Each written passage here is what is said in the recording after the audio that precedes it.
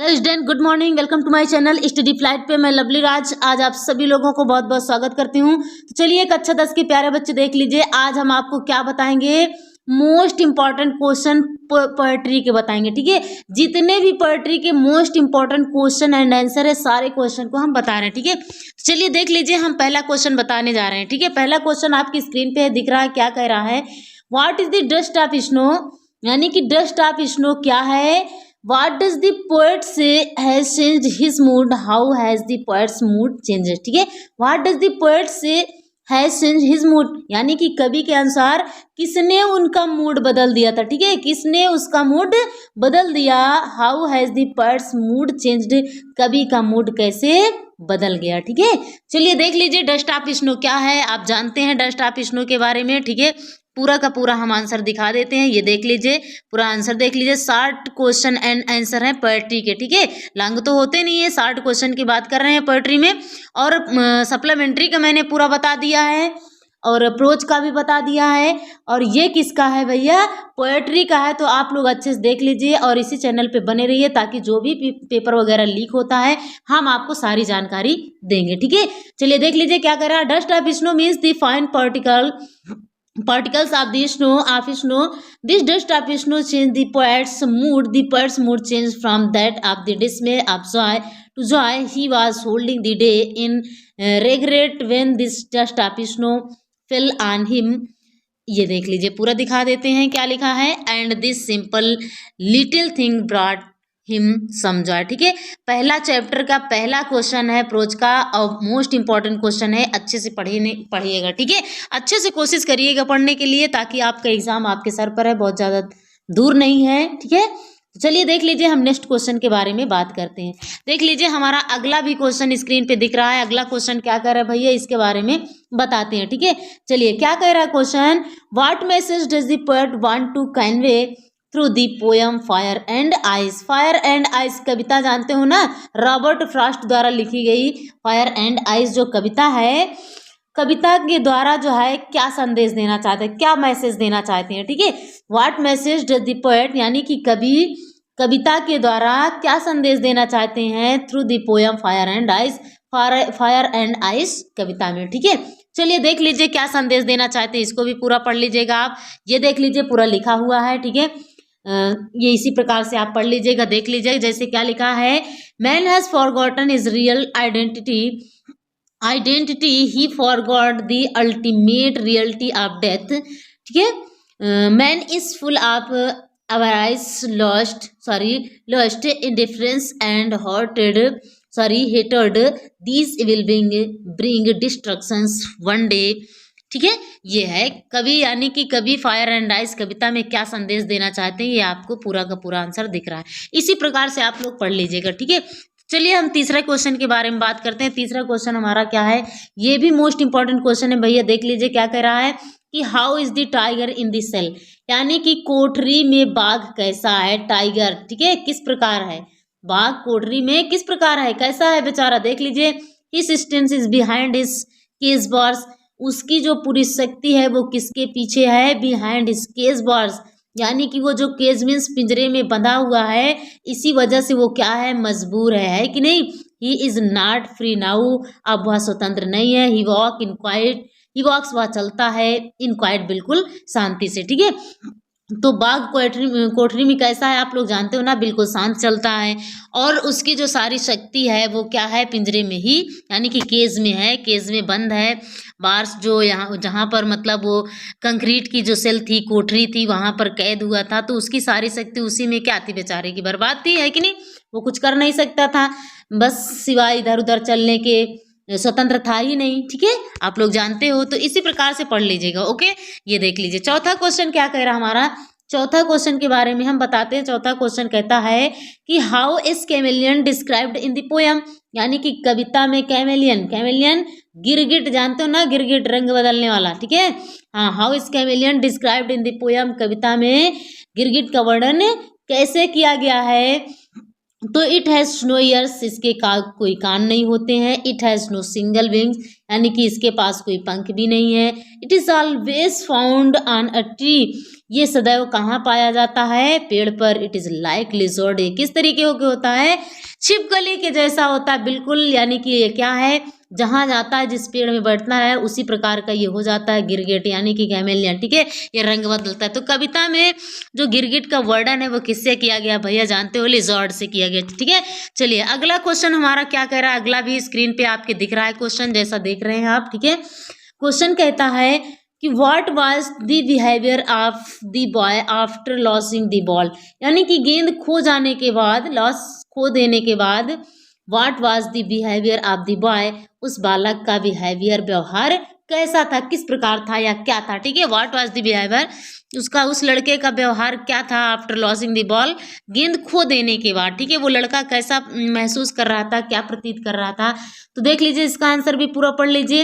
He is shocked with grief, he stand rigid, he tremble and stares at the harbour where his solvent, he is lost in the memories of his early childhood when he would play with that ball। ठीक है, आप लोग जानते हो कि वो shocked रहता था, यानी कि ग्रीफ के कारण, दुख से वो चौंक जाता था, यानी कि शॉक्ड, सन्न रह जाता था। ठीक है, और वो बिल्कुल स्टैंड्स रिगिड, कठोर की तरह, एकदम कठोर, ठीक है, दृढ़, कठोर, बिल्कुल कठोर की तरह वो स्टैंड रहता, खड़ा रहता, वो कांपता भी है, एंड स्टेयर्स और घूरता एट द हार्बर, किसको घूरता? हार्बर, बंदरगाह को घूरता था।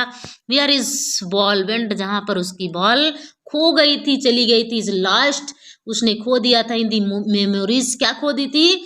याददाश्त, यादें, ऑफ हिज अर्ली चाइल्डहुड, अपने बचपन की, यानी कि अर्थात इसका कहने का मतलब है कि वो जो बालक था, बालक कहने का मतलब जो यहाँ पर कवि है। ठीक है, तो कभी कभी पहले अपने बचपन में भी इसी प्रकार खेलते खेलते उसकी जो गेंद थी वो हार्बर में चली जाती थी, तो इसी प्रकार वो स्टीयर करता, घूरता, वहां पर ट्रेम्बलिंग, खड़ा रहता, कांपता, ठीक है, रिगिड रहता। तो यही वो सारी चीजें उसको मेमोरीज या हो रही, यानी कि याद आ रही कि बताइए, पहले भी मेरी बाल यही बंदरगाह में चली जाती थी और आज भी यही जा रहे। ठीक है, चलिए देख लीजिए हमारा अगला क्वेश्चन क्या है, मोस्ट इंपॉर्टेंट क्वेश्चन है भैया। अगला क्वेश्चन ये कह रहा है कि why does Amanda wish to be a mermaid. Mermaid जानते हो, मरमेड मीन्स जलपरी। ठीक है, तो अमांडा क्या करने की, उसकी क्या चाहती थी, उसकी इच्छा क्या थी? Why does Amanda wish to be a mermaid, यानी कि अमांडा जलपरी क्यों बनना चाहती थी, उसको क्यों पसंद था, उसकी इच्छा क्यों थी कि मैं जलपरी बनूं? तो देख लीजिए क्यों थी। She wishes to be a mermaid so that she may move about freely in the green C.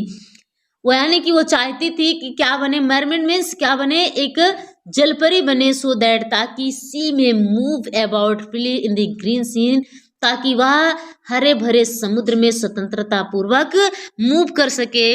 Then there would be no one to nag her. ठीक है, इसी कारण से वो बनना चाहती थी, क्या बनना चाहती थी? जलपरी बनना चाहती थी। ठीक है, नेक्स्ट क्वेश्चन देख लीजिए, हमारा अगला भी क्वेश्चन स्क्रीन पे दिख रहा है भैया। क्या कह रहा है क्वेश्चन? कहता है कि the trees inside are moving out into the forest, यानी कि द ट्रीज इनसाइड, जो पेड़ हैं, इनसाइड की बात हो रही है। ठीक है, what are the trees and the forest here symbol of. ठीक है, यहाँ पर पेड़ और जंगल किसके प्रतीक हैं? ओके, जो पेड़ हैं इनसाइड, अंदर, are moving out into the forest, जो जंगल, यहाँ पर जो पेड़ हैं वो मतलब पेड़ों की तुलना हो रही है, पेड़ों को, क्योंकि फॉरेस्ट में मतलब जाना चाहिए, जो पेड़ हैं, जंगल हैं, ठीक है, वो भी स्वतंत्रता चाहते हैं। तो यही कहते हैं कि what are the trees and the forest here symbol of. ठीक है, यहाँ पर पेड़ और जंगल किसके प्रतीक हैं, आप लोग बताइए। ठीक है, तो क्या है इसके, किसके प्रतीक हैं? द पोएटिस हैज यूज्ड, यानी कि जो कवित्री है उन्होंने यूज किया है ट्रीज, किन शब्दों का? पेड़ शब्द का, यानी कि पेड़ों का प्रयोग किया है। सिंबल ऑफ वुमेन, एक यानी कि महिला या औरत के प्रतीक के रूप में प्रयोग किया है कि the forest is a symbol of the world where man have dominated so far. देख लीजिए ये पूरा। ठीक है, कि यानी कि जैसे महिला, औरतें भी चाहती भैया, वो भी उन्हें भी वो भी चाहती कि हमें स्वतंत्रता पूर्वक अधिकार मिले। ठीक है, सोसाइटी में निकलने का, बोलने का मौका मिले। ठीक है, वो ये सारी चीजें वो भी करना चाहती हैं, समझ रहे हो? तो यहाँ पर पेड़ और जंगल किसके प्रतीक हैं, ये आपको पता हो गया। ठीक है, तो देख लीजिए इसी प्रकार से हमारा 8वां आंसर क्या है, 8वां क्वेश्चन क्या कह रहा है। 8वां क्वेश्चन कहता है कि how does the poet employ the double imagery, ठीक है, imagery of the fog and the cat. Okay, यानी कि फॉग मीन्स कोहरा, कैट मीन्स बिल्ली। तो कोहरे और बिल्ली की डबल इमेजरी यानी कि दोहरी कल्पना को how does the poet employ, कवि कैसे नियोजित करते हैं, कैसे एम्प्लॉय करते हैं। ठीक है, देख लीजिए। The poetic device of metaphor is very effectively used in the poem. The fog is converted into a cat and the cat is morphed। ठीक है, देख लीजिए इस पूरा ये देख लीजिए। ठीक है, पूरा दिखा देते हैं, जरूरी नहीं कि पढ़ना है, आप लोग पढ़िएगा इसको। ठीक है, ये देख लीजिए। क्वेश्चन पे ज़्यादा नोटिस करिए, कौन सा क्वेश्चन मैम जी बताई हैं, जो हम क्वेश्चन बता रहे हैं वही क्वेश्चन आपको पढ़ना है। ठीक है, फिजूल की सारी किताबें नहीं, माइंड खराब करना, क्या पढ़े क्या ना पढ़े, ये पढ़ना वो पढ़ना, सारी चीज़ें आपको नहीं पढ़ना। ठीक है, चलिए देख लीजिए हमारा अगला क्वेश्चन क्या कह रहा है भैया। 9वां क्वेश्चन क्या कहता है। 9वां क्वेश्चन कहता है कि वेयर डिड बिलिंडा लिव, यानी कि बिलिंडा कहाँ रहती है। Who else lived with her, और उसके साथ कौन कौन रहते हैं। ठीक है, उसके साथ कौन रहता, बताइए कौन कौन रहता था, कितने लोग रहते थे उसके साथ। आप लोग जानते हो बिलिंडा क्या थी, एक छोटी सी बच्ची थी। ठीक है, अब इतनी भी छोटी नहीं थी, छोटी लड़की समझ लीजिए। ठीक है, तो Belinda lived in a little white house. Belinda कहाँ रहती थी, एक छोटे से सफेद घर में रहती थी। There lived a little black kitten, a little grey mouse, a little yellow dog and a coward dragon with her, they are lived happily. देख लीजिए विलिंडा कहाँ रहती थी भैया, एक छोटे से सफेद घर में रहती थी। There lived a little black kitten, उसके पास क्या थे, एक काले रंग के किटन और छोटी सी ग्रे रंग का चूहा।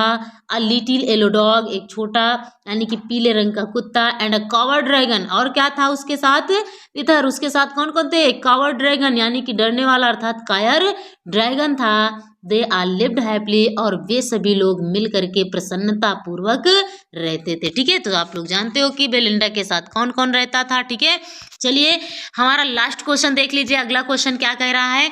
ठीक है, लेकिन अगले ये क्वेश्चन पढ़ने से पहले प्लीज वीडियो को आप लाइक जरूर कर दिया करो। ठीक है, लाइक कर दिया करो वीडियो को, और चैनल पे यदि नए हो तो चैनल को सब्सक्राइब जरूर करो। ठीक है, ताकि जो भी हम वीडियो प्रोवाइड करें आपको उसकी नोटिफिकेशन सबसे पहले आपको मिले। ओके, चलिए इसी प्रकार से देख लीजिए 10वां क्वेश्चन क्या कह रहा है कि व्हाट मैसेज। ठीक है, 10वां क्वेश्चन हमारा कहता है कि what message does this poem give, यानी कि ये कविता हमें क्या संदेश देती है, इस कविता से क्या प्राप्त होता है।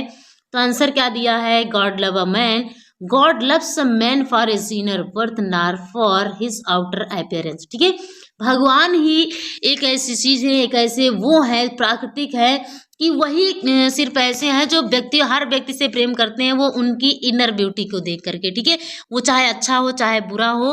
ठीक है, आदमी तो बाहरी आउटर ब्यूटी को देख करके प्रेम करता है, लेकिन जो गॉड है वो, गॉड ने आपको जन्म दिया है, पैदा किया है, पृथ्वी पे भेजा है, तो आप लोगों को वो पूरी उनकी देखभाल करने का फर्ज है। ठीक है, तो भगवान प्रेम करते हैं हमारी वो अंदर इनर ब्यूटी से। ठीक है, चलिए देख लीजिए इसी प्रकार से ये आपका पूरा क्वेश्चन कंप्लीट होता है, और यही हम आपसे कहना चाहते हैं कि प्लीज़ वीडियो को लाइक ज़रूर किया करो भैया, क्या किया करो, लाइक किया करो। ठीक है, और अपने दोस्तों तक क्या करो, शेयर करते रहो हमेशा। ठीक है, दोस्तों तक अपने क्या करो, शेयर कर दिया करो। ठीक है, चलिए देख लीजिए, फिर हम इसी प्रकार से हम आपसे मिलते हैं नेक्स्ट वीडियो में, तब तक के लिए गुड बाय।